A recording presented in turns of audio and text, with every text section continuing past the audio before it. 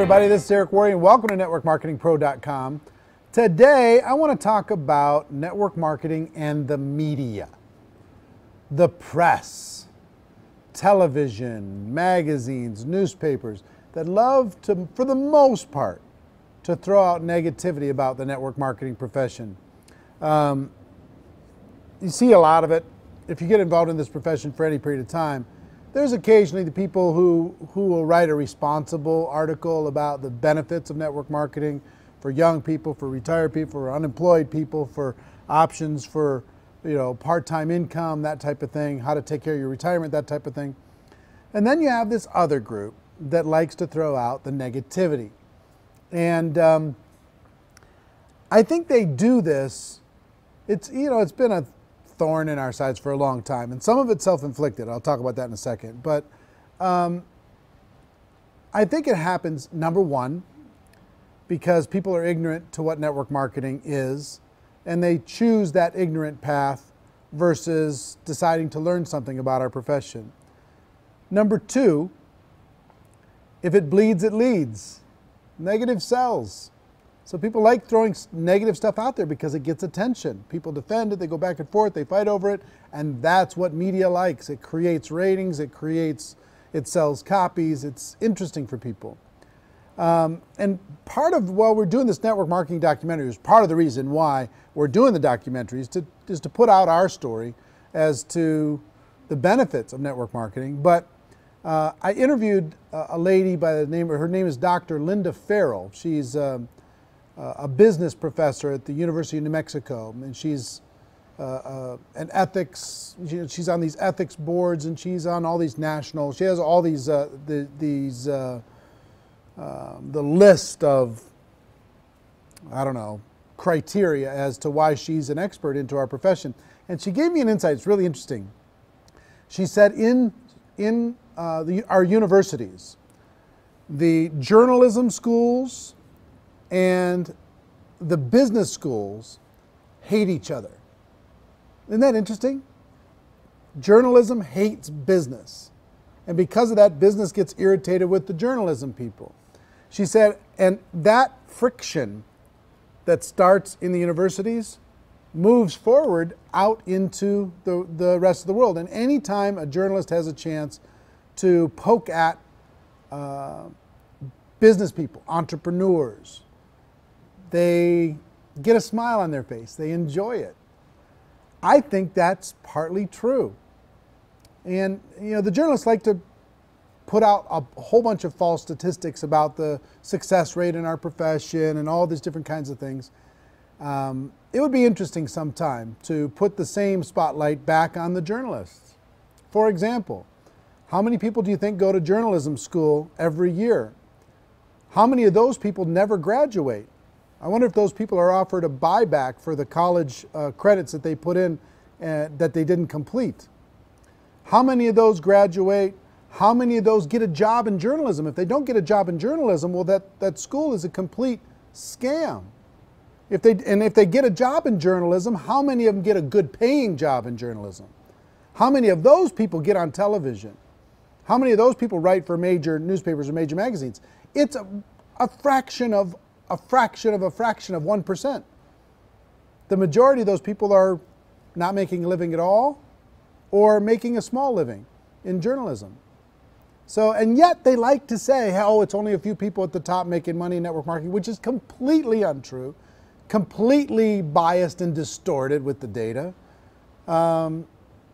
It's just something that I think it's going to take a while to educate them, where it just starts to make them look stupid if they continue to throw out this lazy journalism, if you want to call it journalism, this lazy storytelling.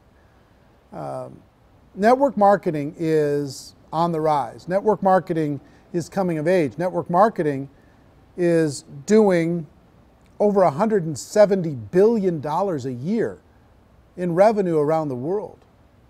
There's almost $200 million a day paid out in commissions in the network marketing profession to distributors all over the world. Almost $200 million a day. And yet we still have to defend ourselves from people who like to find every negative aspect of things and spin a story. I guess it's part of the evolution of anything.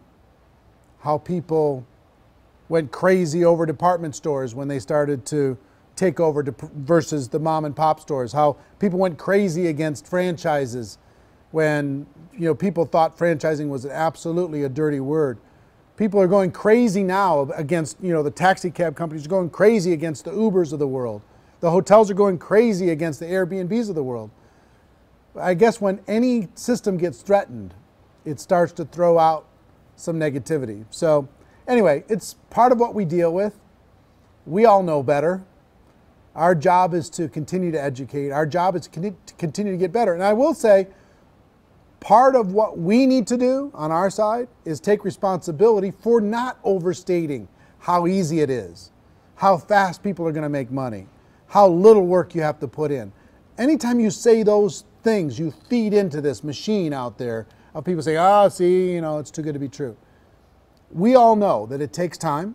We all know that it takes work.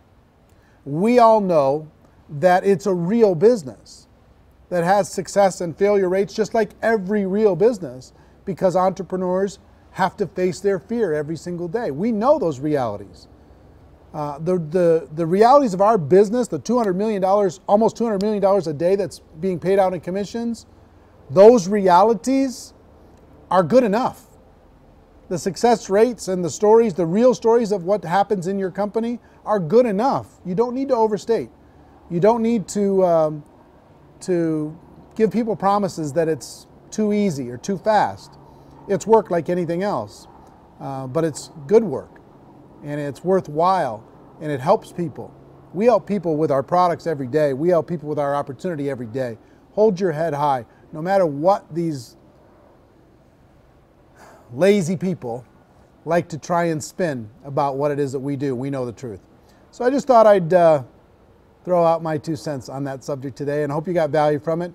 And if you haven't got your live streaming ticket for GoPro Recruiting Mastery, it's coming up in 3 weeks, where you can watch the entire weekend of GoPro Recruiting Mastery, 24 hours of content, including the premiere of the network marketing documentary that's coming out.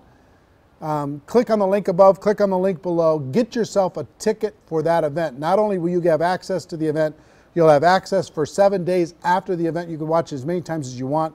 Plus, you'll get course materials sent to you electronically so you can take notes and really create a game plan to make 2015 the best year of your life. I hope you join us for that. It's going to be pretty special. We have approximately approaching 8,000 people. Between 7,500 and 8,000 people are going to be coming to Las Vegas for that event. If you can't figure out a way to get there live, get yourself a live streaming ticket. Make sure your group does the same thing, okay? That's our show. Ladies and gentlemen, my wish for all of you is that you decide to become a network marketing professional, that you decide to go pro, because it is a stone cold fact that we do have a better way. Now let's go tell the world. Everybody have a great day. I'll see you next time. Take care. Bye-bye.